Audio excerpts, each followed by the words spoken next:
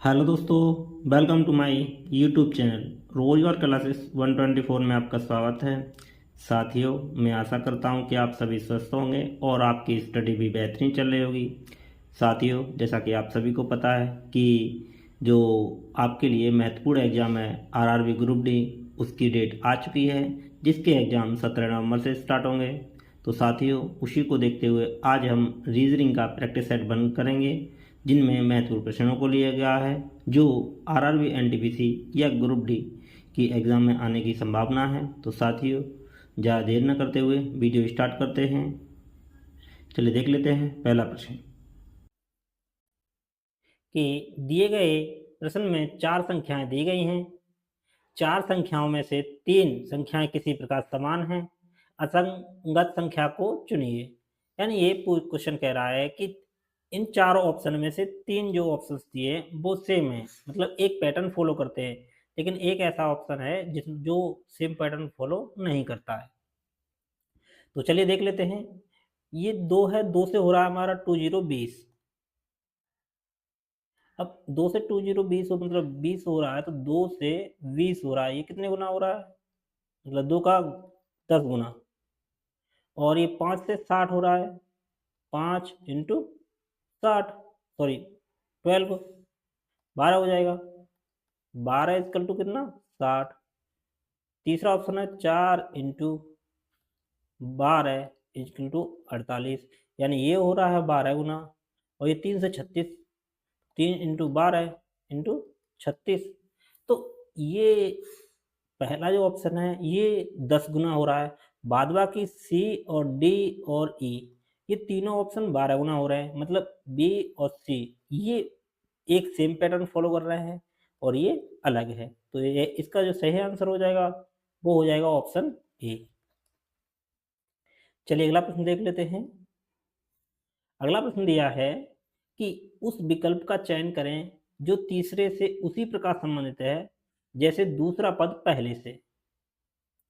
तो ये एक दी गई है कि 6 का संबंध 18 से वही है जो 14 का संबंध निम्नलिखित में से ऑप्शन में से कौन सा है।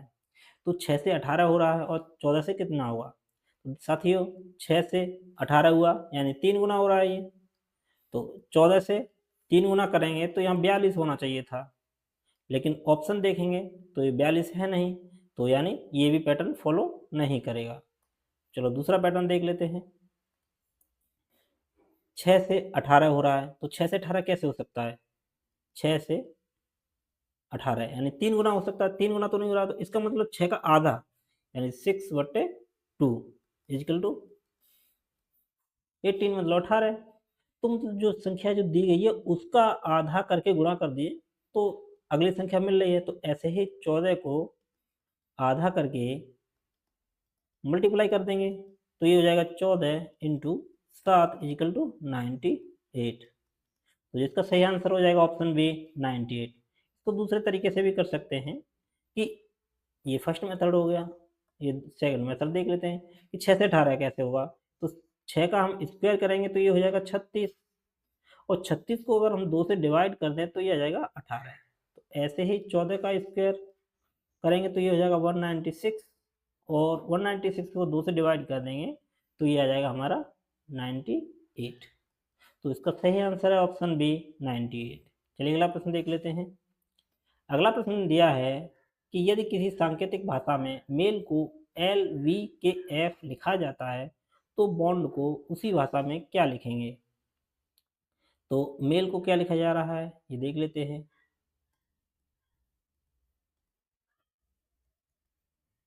ये लिखा जा रहा है एल बी के एफ। तो एम से एल हुआ तो कितना 1 माइनस हुआ। ए से बी, ए से बी हुआ तो ये कितना हुआ? एक पॉजिटिव हुआ, मतलब पहले माइनस हुआ फिर प्लस हुआ। और एल से के हुआ तो मतलब +1 हुआ। और ई से एफ हुआ, ये भी +1 हुआ। सॉरी ये माइनस होगा यहाँ पे, एल से के एल होता है मतलब -1। यानी ये जो सीरीज चल रही है वो -1 +1 -1 +1, यानी पहले में माइनस हो रहा है, दूसरे में ऐड हो रहा है, तीसरे में माइनस हो रहा है, चौथे में ऐड हो रहा है। तो ऐसे ही बॉन्ड को इसमें माइनस करेंगे तो ये आ जाएगा ए, और इसमें एक ऐड करेंगे क्योंकि -1 +1 -1 और +1 ये सीरीज चलेगी। तो ए बी से जब -1 करेंगे तो ये आ जाएगा ए, ओ में एक ऐड करेंगे तो ये आ जाएगा पी, एन में से एक माइनस करेंगे तो ये आ जाएगा एम, और डी में एक ऐड करेंगे तो ये हो जाएगा ई। तो A P M E, A P M E किस में है? A P M E option A, तो इसका सही आंसर है ऑप्शन ए। चलिए अगला प्रश्न देख लेते हैं। अगली ये सीरीज दी गई है 1 4 8 9 27 16। साथियों हम देख पा रहे हैं कि 1 और 4 ये स्क्वायर बैठ रहा है, ये क्यू बैठ रहा है, ये स्क्वायर है, फिर क्यू है, स्क्वायर है। तो यार ये सीरीज दो सीरीज है, एक सीरीज ये है, ये क्यू वाली सीरीज है, और एक सीरीज हमारी ये है, ये स्क्वायर वाली सीरीज है। यानी 1 से 8 हुआ, मतलब पहले है 1 का क्यूब, फिर है 2 का स्क्वायर और 2 का क्यूब, फिर है 3 का स्क्वायर 3 का क्यूब, फिर है 4 का स्क्वायर, तो अगला आ जाएगा 4 का क्यूब, सॉरी स्क्वायर है, 4 का क्यूब। तो 4 का क्यूब कितना होता है? ये हो जाएगा 4 चक 16 चौका 64। तो इसका जो सही आंसर होगा वो हो जाएगा 64, ऑप्शन बी। अगला जो आना चाहिए था, अगला आता 5 का स्क्वायर, 5 का स्क्वायर यहाँ कौन सा था? 25, ये हो जाएगा हमारा 64 और ये हो जाएगा 25। ऐसे ही ये सीरीज चल रही है, पहले ये सीरीज है स्टार्ट हुई है 1 का क्यूब 2 का स्क्वायर 3 का क्यूब, सॉरी 2 का क्यूब 3 का स्क्वायर 3 का क्यूब 4 का स्क्वायर 4 का क्यूब, ऐसे करके ये सीरीज चल रही है। तो इसका आंसर हो जाएगा ऑप्शन बी 64। चलिए अगला प्रश्न देखते हैं। अगला प्रश्न है कि निम्नलिखित शब्दों को यदि अंग्रेजी शब्दकोश के अनुसार व्यवस्थित किया जाता है तो व्यवस्थित क्रम में तीसरा शब्द कौन सा होगा? साथ ही ये पूछ रहा है कि जो अंग्रेजी की शब्दकोश है, यानी अंग्रेजी जो डिक्शनरी है, उसके अनुसार इनको दर्शाना है, और तीसरा पूछा है क्रम में तीसरा। तो पहले देख लेते हैं, एस एस सब में है, फिर इससे तो नहीं हो रहा है, सॉरी इससे एस एम में है, E E N N T T T चारों में है, फिर है यहाँ पे ई है, यहाँ आई है, यहाँ भी आई है और यहाँ भी ई है। तो साथियों इन दोनों में से पहले कौन आएगा? ये दोनों तो आएंगे नहीं, पहले पहले या तो सेंटेंशियल आएगा या फिर सेंटेंस आएगा। तो अब इन दोनों में से देख लेते हैं, एन और एन, फिर टी है और सी है। अब टी और सी में से कौन पहले आता है? तो इसका मतलब पहले आएगा डी, फिर आएगा ए। अब ये जो आ गए, अब बचे ये दोनों। अब ये आई है और यहाँ एम है और यहाँ एन है। अब एन और एम में से कौन पहले आता है? एम पहले आता है, तो यानी बी हो जाएगा, फिर आएगा सी। तो क्रमानुसार पहले नंबर पे ये आएगा, दूसरे पे ये आएगा, तीसरे पे ये, चौथे पे ये। पूछा है उसने तीसरा कौन सा शब्द आएगा, तो तीसरे पे कौन आ रहा है? बी, यानी ये। इसका सही आंसर है ऑप्शन बी। चलिए अगला प्रश्न देख लेते हैं। अगला प्रश्न है कि किसी खास कोड में डाउन को ऐसे लिखते हैं और नेम को ऐसे लिखते हैं, तो इस कोड में मोड को कैसे लिखा जाएगा? तो साथियों MODE, देख रहे हैं कि D O N और E, मतलब सेम वही संख्या है। तो देखिए D को क्या लिखा गया है? 5 लिखा गया है। O को क्या लिखा गया है? @ लिखा गया है। W को क्या लिखा गया है? 9 लिखा गया है। और N को क्या लिखा गया है? हैज़ लिखा गया है। वैसे ही इन्हें लिखा गया है। तो पूछा है मोड, मोड MODE। अब एम को क्या लिखा गया है? एम को देखिए तीसरे नंबर पे क्या लिखा गया? परसेंटेज, तो पहले आ जाएगा परसेंटेज। ओ को क्या लिखा गया है? देखिए @ और डी को क्या लिखा है? 5, यानी 5 आ जाएगा। और ई को क्या लिखा है? ई को लिखा है हमने 3, तो ये 3, यानी परसेंटेज @ 5 और 3, परसेंटेज @ 5 और 3, ये होगा नहीं।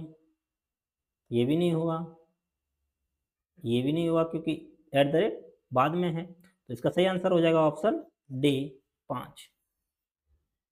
साथियों चलिए अगला प्रश्न देख लेते हैं।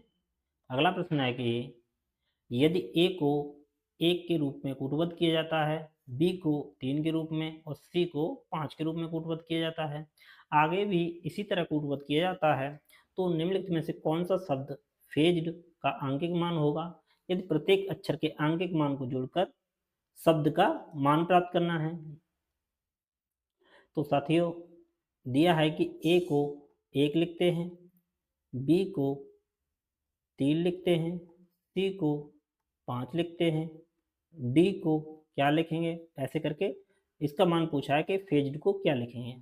तो साथियों देखिए ए को 1 लिख रहे हैं, ये कैसे हो सकता है 1 3 5, इसको आप 7 मानेंगे, इसको जब ई आएगा तो इसको 9, ये भी सीरीज मान सकते हैं। लेकिन हम देख पाएंगे कि जेड जेड को क्या लिखेंगे तो ये बहुत लेंदी हो जाएगा, इसीलिए अगर हम देखना चाहें इसको दूसरे तरीके से करना चाहें तो कैसे करेंगे। देखिए ए को क्या लिख रहे हैं सॉरी, ए को लिख रहे हैं हम 1, बी को लिख रहे हैं हम 3 और सी को लिख रहे हैं हम 5। ए कितने पे आता है? 1 पे आता है, बी 2 पे आता है और सी 3 पे आता है। अब हम देख पा रहे हैं कि अगर बी के जो आंकिक मान है उसको दोगुना करके अगर 1 माइनस कर दें तो 3 आ जाएगा, क्योंकि 2 इंटू 2 माइनस 1 कर दें तो ये 3 प्राप्त होगा। ऐसे ही 1 को दोगुना करके माइनस 1 कर दें तो ये 1 प्राप्त होगा, और 3 को दोगुना करके माइनस 1 कर दें तो ये 5 प्राप्त होगा।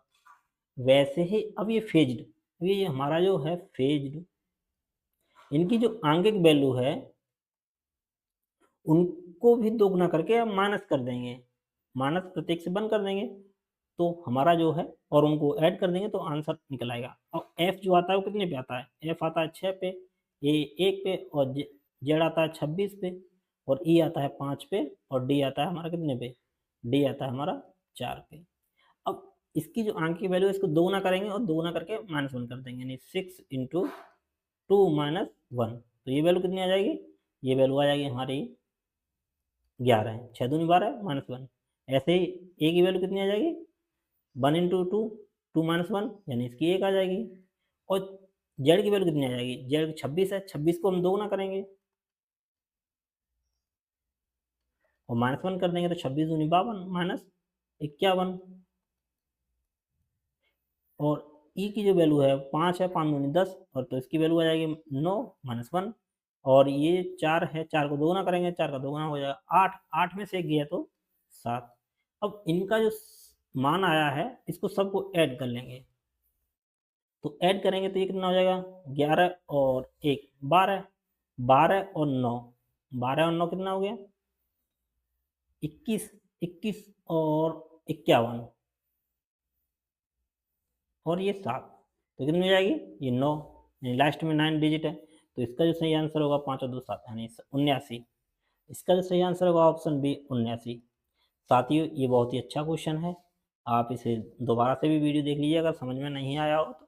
यानी इसमें सिर्फ और सिर्फ कुछ नहीं है, जो इनका जो अल्फ़ाबेटिक एंड न्यूमेरिकल जो नंबर है वो उसको दोगुना करके उसमें से माइनस 1 करके ऐड करना है, बस और कुछ नहीं है। चलिए अगला प्रश्न देखते हैं। अगला प्रश्न है कि संख्याओं के उस समुच्चय को ज्ञात कीजिए निम्नलिखित में से जो समुच्चय के समान हो। ये एक समुच्चय दिया है और इनके ये ऑप्शन है ए, बी और सी और डी, ये 4 ऑप्शन है।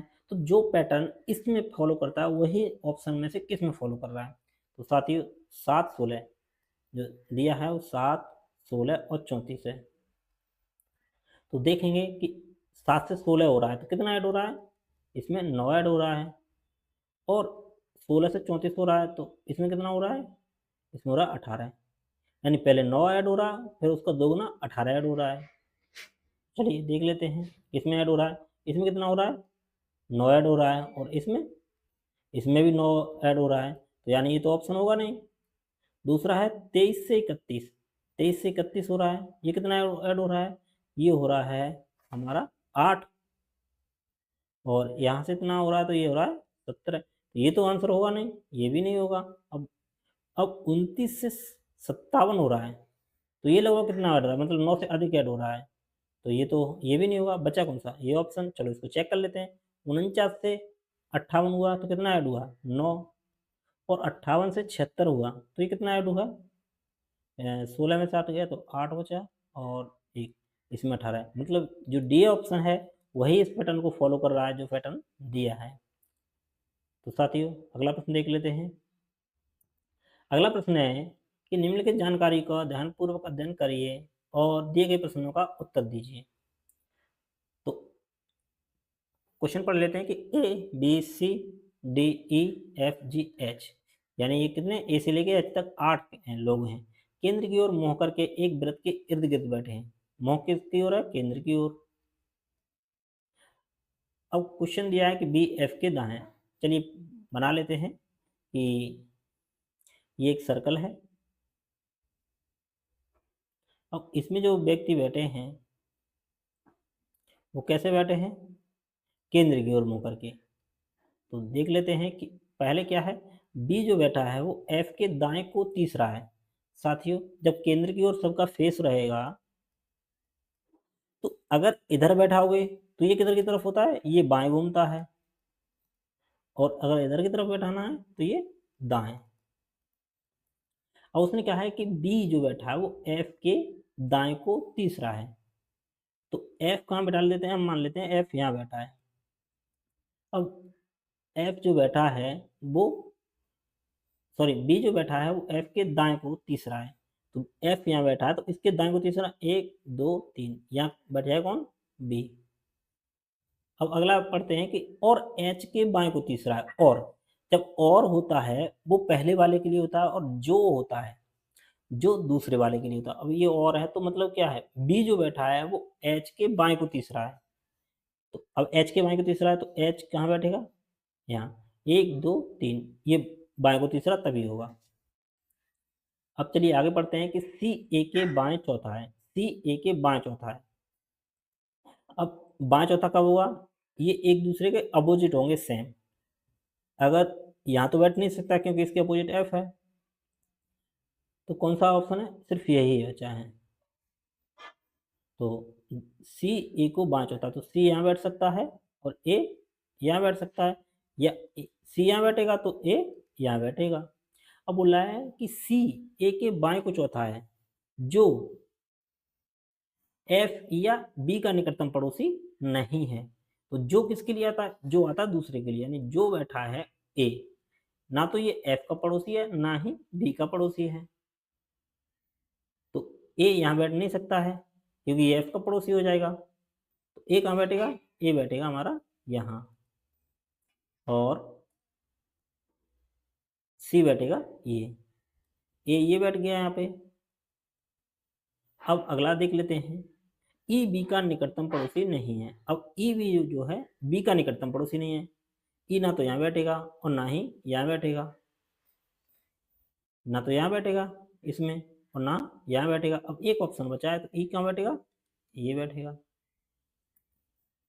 अब जी डी के दाएं को दूसरा है, जी जो बैठा है वो डी के दाएं दूसरा है, जी है वो डी के दाएं दूसरा है, तो ऐसे बैठना चाहिए। तो जहाँ जी होगा, अब जी बैठा है डी के दाएं दूसरा, दाएं मतलब अगर डी यहाँ है तभी जी यहाँ बैठ पाएगा, तभी इसका दाएं दूसरा होगा। तो जो चित्र बन गया रियलिटी में वो क्या बना, वो बना है कि एफ ये बैठा है, सी यहाँ बैठा है, और डी ये बैठा है, बी यहाँ बैठा है, फिर जी बैठा है, फिर ए है, फिर एच है, और फिर ये है। अब उस क्वेश्चन पूछा है बी के एकदम बाएं कौन बैठा है, बी के एकदम बाएं, तो बी कौन बैठा है, बी बैठा है ये। अब एकदम बाएं पूछा है तो एकदम बाएं कौन हो जाएगा, डी, ये डी है, तो इसका सही आंसर ऑप्शन ए, डी। चलिए अगला प्रश्न देख लेते हैं। अगला प्रश्न है कि यदि किसी शब्द के सभी अक्षरों को दाएं स्थानांतरित किया जाता है या किया जाए, अर्थात अंतिम अक्षर सबसे पहले आ जाए, तो हेलो का कोड क्या होगा। तो साथियों उसने ये कहा है कि सभी अक्षरों को हमें दाएं खिसकाना है, तो दाएं खिसकाना है हेलो को, लेकिन जो अंतिम अक्षर है वो पहले आएगा, यानी एच जो है वो ई की जगह आना चाहिए, ई एल की जगह आना चाहिए, और ई वाला एल इस एल की जगह आना चाहिए, और एल ओ की जगह आना चाहिए। ओ को हमें पहले रखना है, तो नया शब्द क्या बन जाएगा, नया शब्द बनेगा ओ सबसे पहले आ जाएगा, ओ, फिर आएगा एच, फिर एल, फिर ओ। तो इसका सही आंसर हो जाएगा, सॉरी ओ नहीं, डबल एल। दोबारा देख लेते हैं। इसका जो है पहले आएगा ओ के बाद से एच, फिर है ई रह गया था, ई एल एल, ये आ जाएगा इसका सही answer, O H E double L, O H E double L, O H E double L मतलब ए, इसका सही आंसर है ए। साथियों यहाँ पढ़ना जरूरी है कि अंतिम अक्षर सबसे पहले आ जाए। चलिए अगला प्रश्न देखते हैं। अगला प्रश्न है कि यदि पूजा सुरेश की पत्नी है, ये ब्लड रिलेशन का क्वेश्चन है। यदि पूजा सुरेश की पत्नी है और सुरेश के दो बच्चे हैं, रोहित और रचना है, तो पूजा और रचना का संबंध क्या कीजिए। तो साथियों इसमें क्या होता है, हम जिस मेथड से करेंगे उसमें अगर कोई पुरुष है तो उसको पॉजिटिव से दर्शाएंगे, और कोई महिला है उसको माइनस से दर्शाएंगे, और कोई भाई है तो उसको इस डायरेक्शन से दर्शाएंगे, मतलब एक सीध में लेंगे। अगर कोई चाचा, पिता, फूफा वगैरह होंगे तो उनको अपने से ऊपर की जनरेशन में रखेंगे, और अपने भतीजे, बच्चे वगैरह वो अपने से नीचे वाली जनरेशन में आएंगे। तो ये आपको याद रखना है। तो देख लेते हैं, पूजा सुरेश की पत्नी है, तो पूजा है सुरेश की पत्नी, पत्नी मतलब माइनस हो जाएगा, किसकी है, सुरेश की, तो सुरेश प्लस हो जाएगा। अब पत्नी का रिश्ता, हस्बैंड और वाइफ का जो रिश्ता है उसको ऐसे करके दर्शाएंगे, और सुरेश के दो बच्चे हैं, यानी इसके जो है दो बच्चे हैं,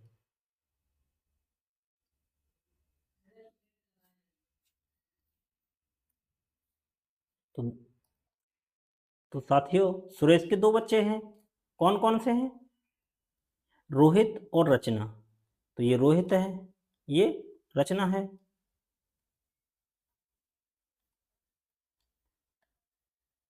ठीक, अब तो पूजा और रचना का संबंध ज्ञात कीजिए। तो पूजा जो है, रचना का संबंध क्या होगा, तो पूजा क्या होगी, पूजा इसकी माँ हो जाएगी। तो इसका सही आंसर है ऑप्शन बी। साथियों ये बहुत ही इजी क्वेश्चन था। चलिए अगला प्रश्न देख लेते हैं। अगला प्रश्न है कि विद्यालय अनुपात अध्यापक अनुपात फुटबॉल अनुपात क्या होगा। तो जो विद्यालय का संबंध अध्यापक से है वही फुटबॉल का संबंध क्या है, मतलब विद्यालय में अध्यापक होता है तो फुटबॉल में क्या होगा, तो क्या होगा, खेल होगा, गोल होगा, कीपर होगा, या कोच होगा। तो विद्यालय में अध्यापक क्या होता है, टीचिंग करता है, मतलब पढ़ाता है, सिखाता है। तो फुटबॉल में कौन होगा, जो सिखाता है, पढ़ाए हमें, वो कौन होगा, कोच। इसका सही आंसर ऑप्शन डी, कोच। चलिए अगला प्रश्न देखते हैं। अगला प्रश्न है कि यदि घड़ी में समय 9:15 है, 9:15 है, तो घंटे और मिनट की कांटे के बीच छोटा कोण क्या होगा। देख साथियों छोटा कोण पूछा है, तो इसका जो फार्मूला है वो क्या है, 60 H अंतर 11 M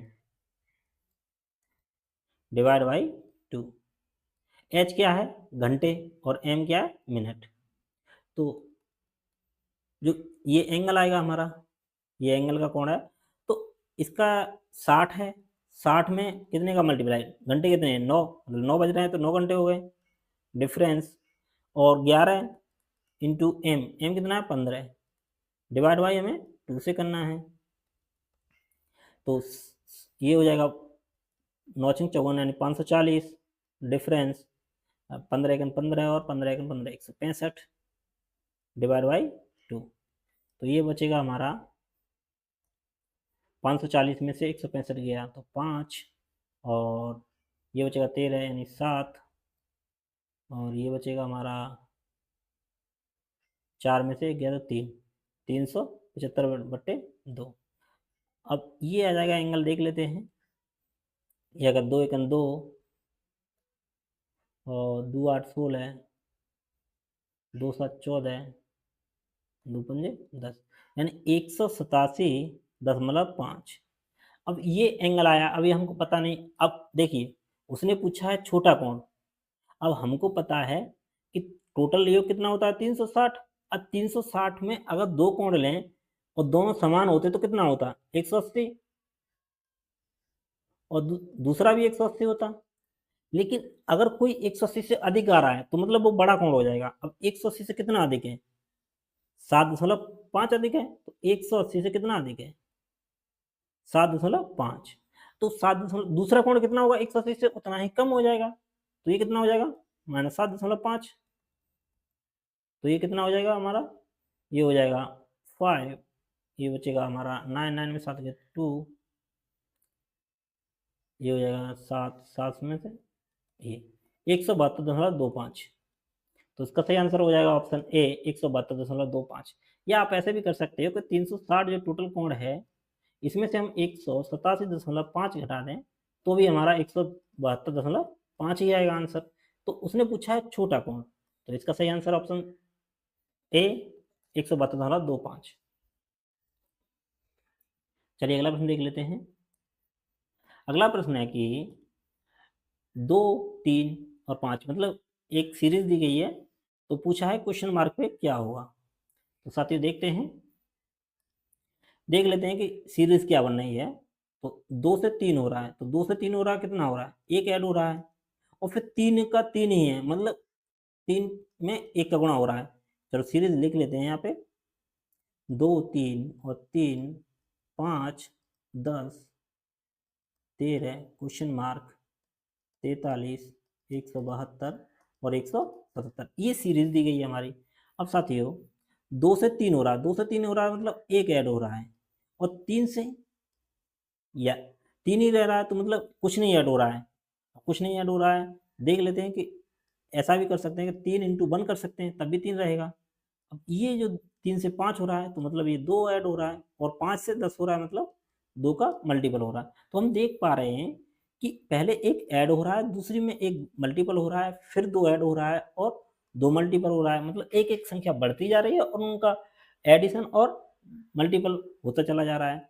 तो आगे 3 ऐड होगा, तो 3 ऐड होगा तो 3 का मल्टीपल भी होगा, तो 13 × 3, तो यहाँ पे आना चाहिए 39। चलिए 39 आगे देख लेते हैं। अगर यहाँ 3 ऐड हुआ है और 3 का मल्टीपल हुआ है तो आगे 4 ऐड होना चाहिए।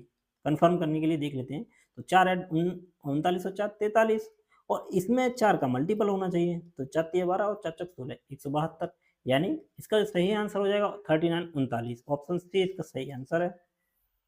तो साथियों इस सीरीज में क्या है कि पहले एक ऐड हुआ, फिर मल्टीपल हुआ एक, फिर 2 ऐड हुआ, 2 का मल्टीपल हुआ, फिर 3 ऐड हुआ, ऐसे करके ये सीरीज चल रही है। ये अच्छा क्वेश्चन है साथियों। चलिए अगला प्रश्न देख लेते हैं। अगला प्रश्न है कि एक चींटी 3 मीटर चलती है और फिर 4 मीटर ऊंचे एक वृक्ष पर चढ़ती है, अपने मूल स्थान से उसकी कितनी दूरी पर है। तो साथियों देखते हैं इसको भी। एक चींटी, मान लीजिए यहाँ पे चींटी खड़ी थी, यहाँ से चली वो 3 मीटर चढ़ी, उसके बाद 4 मीटर ऊंचे वृक्ष पे चढ़ी, 4 मीटर ऊंचे वृक्ष है, तो मान लेते हैं ये वृक्ष है कितना 4 मीटर। अब उसने पूछा है कि अपने मूल स्थान से उसकी दूरी, ये उसका मूल स्थान है और यहाँ पे चढ़ी हुई चींटी है, तो ये इसके बीच की दूरी पूछी है उसने, तो कितनी हो जाएगी, ये पाइथागोरस थ्योरम हो गई, तो ये आती है हमारी 5, क्योंकि हमें पता है 3 4 और 5 का रेशियो होता है। तो इसका सही आंसर ऑप्शन बी 5 मीटर। चलिए अगला प्रश्न देखते हैं। अगला प्रश्न है कि एक चिड़िया घर में चूहे और कबूतर हैं, यदि सिरों की संख्या 90 है और पैरों की संख्या 224 है तो कबूतरों की संख्या कितनी है। साथियों इस क्वेश्चन को करने की सबसे बेहतरीन ट्रिक बताऊंगा, और साथियों इस पे मैंने प्रैक्टिस की है और ये अब तक की सबसे इजी ट्रिक है। आपको कुछ नहीं करना है, मान लीजिए हमें इससे क्या है ना, पहली बार में 4 पैरों वाला ही निकलेगा, ये आपको ध्यान रखना है। जिसके 4 पैर होंगे पहली बार में सिर्फ वही निकलेगा, तो 4 पैर वाला एक बार में क्या करना है, अगर क्वेश्चन में दिया हो कि चूहों की संख्या कितनी होगी तो डायरेक्ट निकल आएगा। देखिए चूहों की संख्या कैसे निकलेगी, हमें क्या करना है, जितने भी पैर दिए हैं उनको आधा करना है और जितने भी सिर हैं उनको माइनस कर देना है, ये इसकी ट्रिक है। अब क्वेश्चन कैसे चाहे गाय दे दे, कुछ भी दे दे, और पैरेट तो दे, जैसा भी है, बकरी बगला, ऐसा क्वेश्चन कैसे भी बना दे, लेकिन ये ट्रिक आपको हर जगह काम आएगी। अगर डायरेक्ट आपको 4 पैर वाला निकालना हो तो इसके अलावा कुछ नहीं करना है। अब देखिए 4 पैर वाला निकालना है तो पैर कितने हैं 224, 224 2 से डिवाइड करना है और सिर कितने हैं 90, ये माइनस करना है। तो कितने बचेंगे, ये बचेंगे हमारा 112 माइनस 90 बराबर कितना बचेगा, ये बचेगा 22। तो जो चूहों की संख्या है 22, यानी 4 पैर किसके हैं, चूहों के, तो चूहों की संख्या कितनी आएगी 22। अगर 4 पैर वाला पूछा होता तो 22 इसका सही आंसर हो जाता, लेकिन पूछा है कबूतरों की संख्या। अब पता है कि टोटल सिर कितने हैं, टोटल सिर 90 हैं, 22 उसमें से घटा दीजिए चूहे, तो कितने हो जाएंगे 8 और ये बचेगा 6 यानी 68। इसका सही आंसर है 68। साथियों ये बेहतरीन ट्रिक है, तो इसे आप अच्छे से नोट डाउन कर लीजिए और इससे प्रैक्टिस कीजिए आप। चलिए अगला प्रश्न देखते हैं।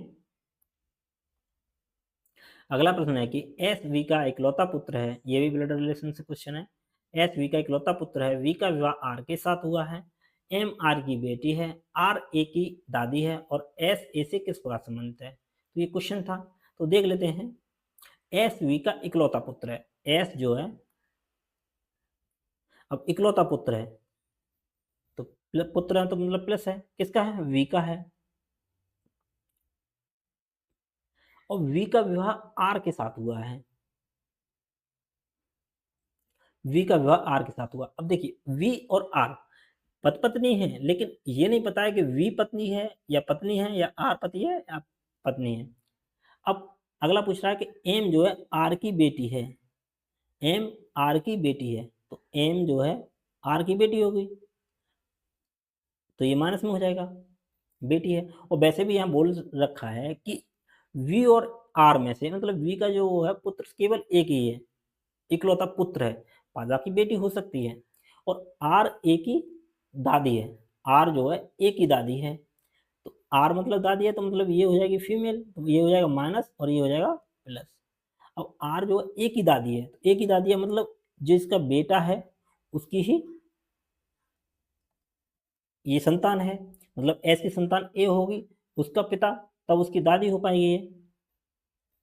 और एस ए से किस पर्सन, मतलब एस जो है ए का क्या लगता है, तो एस जो है क्या लगेगा ए का, तो एस का संबंध क्या है पिता है, तो इसका सही आंसर ऑप्शन सी, एस जो है ए का पिता है। ए का हमें जेंडर क्लियर नहीं है, इसका जेंडर है वो क्लियर नहीं है। चलिए अगला प्रश्न देखते हैं। अगला प्रश्न है कि निम्नलिखित 4 अक्षरों समूह में से 3 एक समान है और भिन्न पूछिए, यानी 4 जो ऑप्शन है उनमें 3 एक पैटर्न फॉलो कर रहे हैं जो हम पहले क्वेश्चन देख चुके थे। तो देखिए M Z L Y, M से एल जो नज़दीक है क्या हुआ है -1 हुआ है, के से जे -1 हुआ है, और जे से एस और आई से वी, मतलब ये -1 है, तो साथियों हमें पूरा करने की कोई ज़रूरत नहीं है इसमें। ये पहला और मतलब ए बी और डी इनमें सब में -1 हो रहा है। अब जी से एस हो गया है तो इसका मतलब कितना, ये ऐड हुआ है, ऐड कितना हुआ है, जी आता है 7 पे और ये होता है 19, मतलब लगभग 12 ऐड हुआ है, तो ये आंसर हो जाएगा, ये सबसे भिन्न है, तो इसका सही आंसर ऑप्शन सी। पूरा करने की जरूरत नहीं है, टाइम सेव भी करना है। चलिए अगला प्रश्न देख लेते हैं। अगला प्रश्न है कि लुप्त संख्या ज्ञात कीजिए।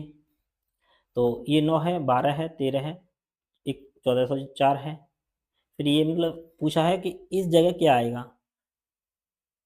तो साथियों देख पा रहे हैं कि ये 1404 कैसे आएगा, पहले देख लेते हैं 30 कैसे आएगा।